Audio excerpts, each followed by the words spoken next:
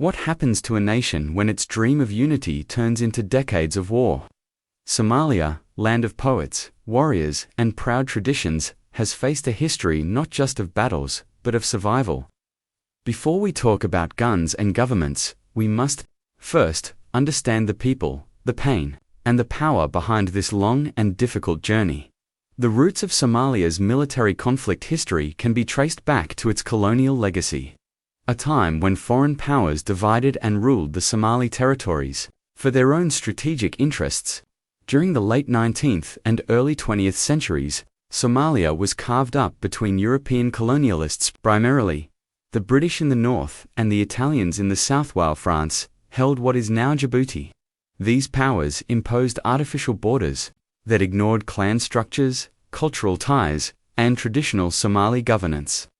The fragmentation fostered by colonial rulers disrupted the natural cohesion of the Somali people and sowed the seeds for future divisions. After gaining independence in 1960, British Somaliland and Italian Somaliland united to form the Somali Republic. However, the union was fragile. Regional disparities and unresolved grievances lingered beneath the surface. The newly formed nation attempted to craft a national identity and centralized governance system, but it faced a lack of infrastructure, economic inequality, and the challenge of reconciling various clan loyalties. The military became a symbol of national pride and unity, but it also gradually became the backbone of power consolidation. The memory of colonial exploitation fed into a fierce sense of nationalism and the desire to reclaim lands inhabited by ethnic Somalis in neighboring countries such as Ethiopia and Kenya. This irredentist vision would eventually lead to military conflicts, particularly the Ogaden War. Internally, the absence of inclusive governance and fair resource distribution created deep frustrations among different clans and regions. These issues, left unaddressed, created a volatile environment that allowed authoritarianism, militarization, and eventually civil war to take root. The impact of colonial division is still visible in Somalia's modern political structure, with regional autonomy and clan-based politics shaping its governance. The fragmented foundation laid during the colonial era continues to influence Somalia's struggle with unity and stability. The Ogaden War, fought between Somalia and Ethiopia from 1977 to 1978, was a defining moment in the Horn of Africa's military history. At the heart of the conflict was the Ogaden region, a vast and arid area in eastern Ethiopia populated mostly by ethnic Somalis. Somalia, under the leadership of President Siad Barre, launched a military offensive to annex the Ogaden, driven by a strong nationalist ideology of pan-Somalism that aimed to unite all Somali-speaking peoples under one flag. Initially, Somalia experienced rapid success. Its well-trained army, supported by local Somali insurgents within Ogaden, managed to seize nearly 90% of the territory. The Somali military utilized Soviet-supplied weapons and enjoyed early momentum due to the lack of strong Ethiopian resistance. At the same time, Ethiopia was undergoing its own internal turmoil after the fall of Emperor Haile Selassie and the rise of the Marxist Derg regime, which left the country politically unstable. However, the tide of the war turned dramatically when the Soviet Union, previously aligned with Somalia, shifted its support to Ethiopia. Backed by massive Soviet military aid and approximately 15,000 Cuban troops, Ethiopia launched a campaign that overwhelmed Somali forces. The superior firepower, air support, and international backing turned the conflict in Ethiopia's favor. By March 1978, Somali troops were forced to retreat entirely from the Ogaden region. The defeat was not just military but also psychological and political. It exposed the limitations of Somalia's armed forces and deeply wounded its national pride. Internally, the loss undermined Siad Barre's government and contributed to increasing dissatisfaction, leading to further instability and rebellion. The Ogaden War also escalated Cold War tensions in the region, transforming a regional conflict into a proxy struggle between global powers and setting the stage for decades of militarization and unrest in Somalia. After the military defeat in the Ogaden War, Somalia entered a period of deep political, social, and economic decline under the continued rule of President Siad Barre.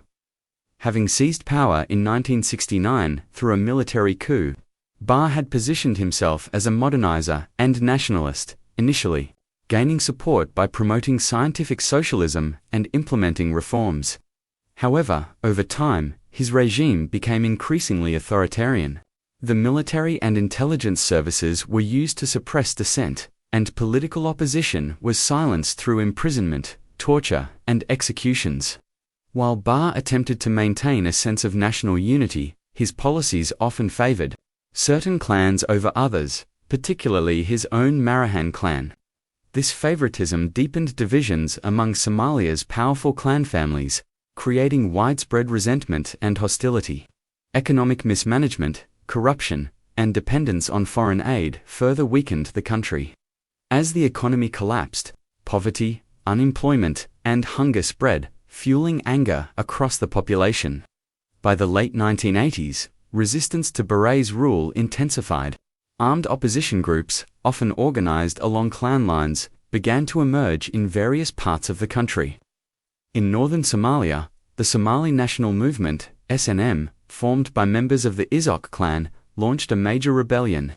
The regime responded with brutal force, including aerial bombings and mass killings of civilians in cities like Hargeisa, which left thousands dead and displaced hundreds of thousands.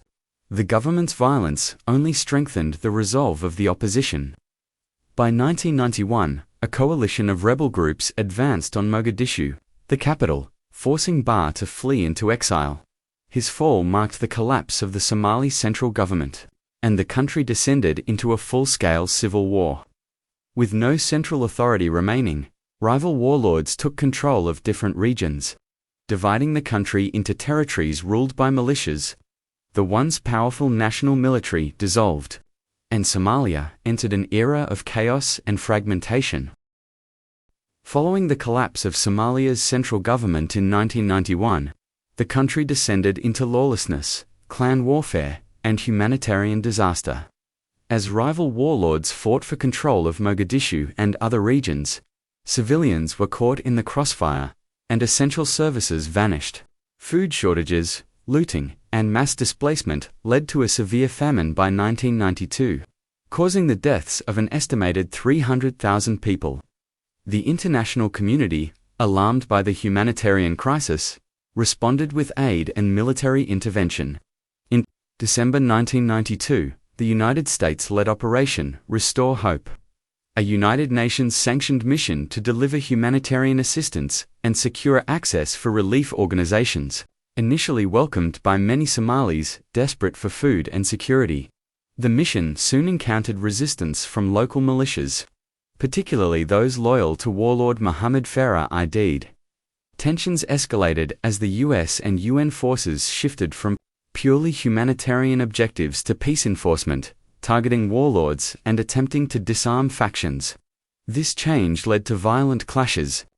The most infamous event occurred in October 1993 during a US raid in Mogadishu.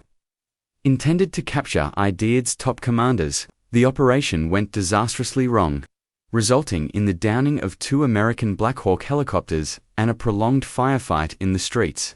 18 American soldiers were killed, and images of their bodies being dragged through the streets were broadcast worldwide. The incident, known as the Black Hawk Down Battle, marked a turning point. It caused a sharp decline in public support for the mission in the United States and led to a gradual withdrawal of American and UN forces.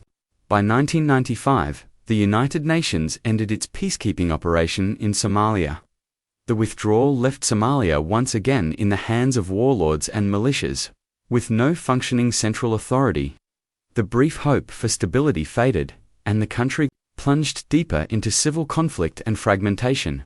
In the years following the withdrawal of international forces, Somalia remained without a central government, creating a power vacuum that was filled by various armed groups, clan militias, and Islamic courts. Amid the continuing chaos and lack of law enforcement, a new force began to emerge in the early 2000s in the form of Islamic militias, particularly the Islamic Courts Union, ICU, which gained public support by providing basic justice and security.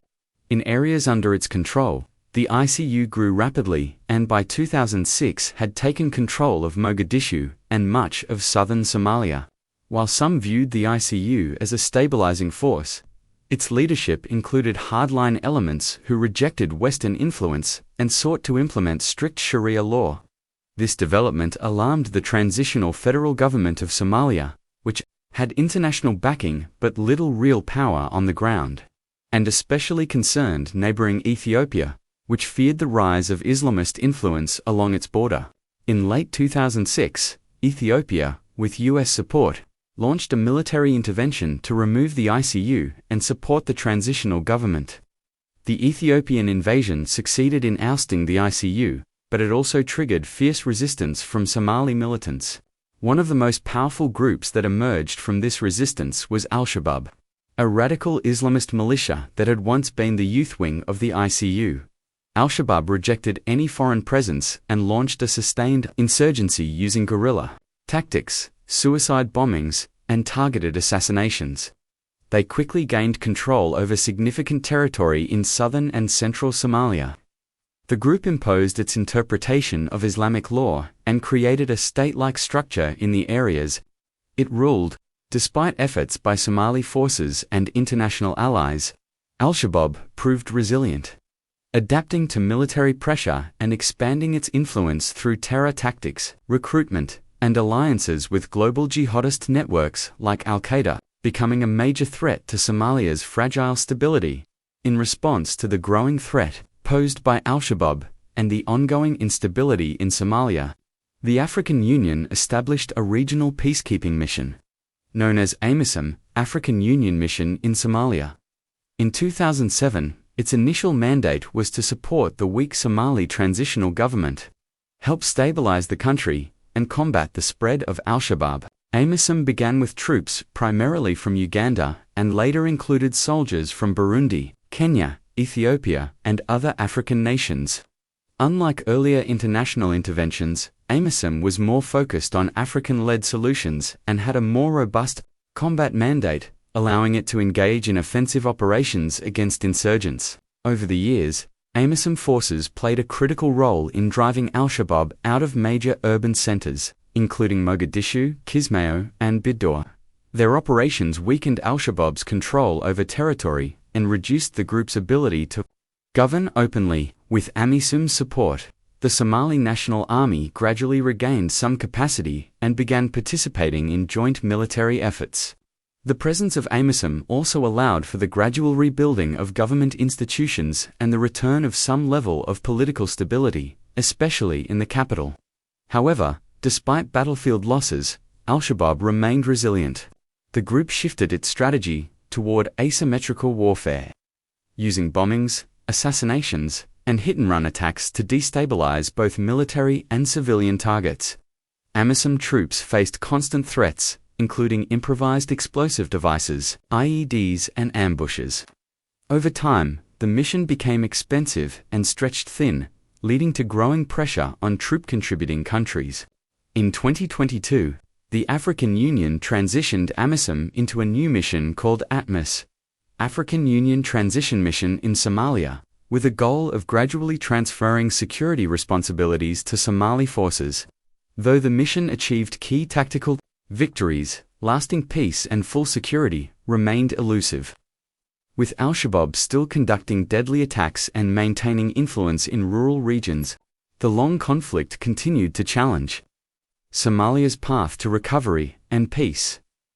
The history of the Somalia military attack war is a story of deep wounds. Born from colonial divisions, hardened by dictatorship, and prolonged by internal conflict and foreign interventions. From the dreams of pan-Somali unity in the Ogaden War to the collapse of central authority under Siad Barre, Somalia has endured decades of chaos, violence, and fragmentation.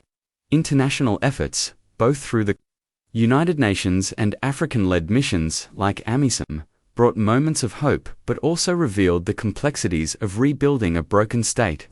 The rise of militant groups like Al-Shabaab further complicated the struggle. turning Somalia into a battleground between extremism and the desire for peace. And yet, within this long history of war, there have always been voices that yearned for healing, for unity, and for a peaceful Somalia. It is in those voices and in the resilience of the Somali people that the future still holds possibility. Understanding this history is not just about learning dates and battles. It's about recognizing the cost of division, the pain of lost generations, and the importance of standing with those who still believe in rebuilding what was once broken. Asterisk.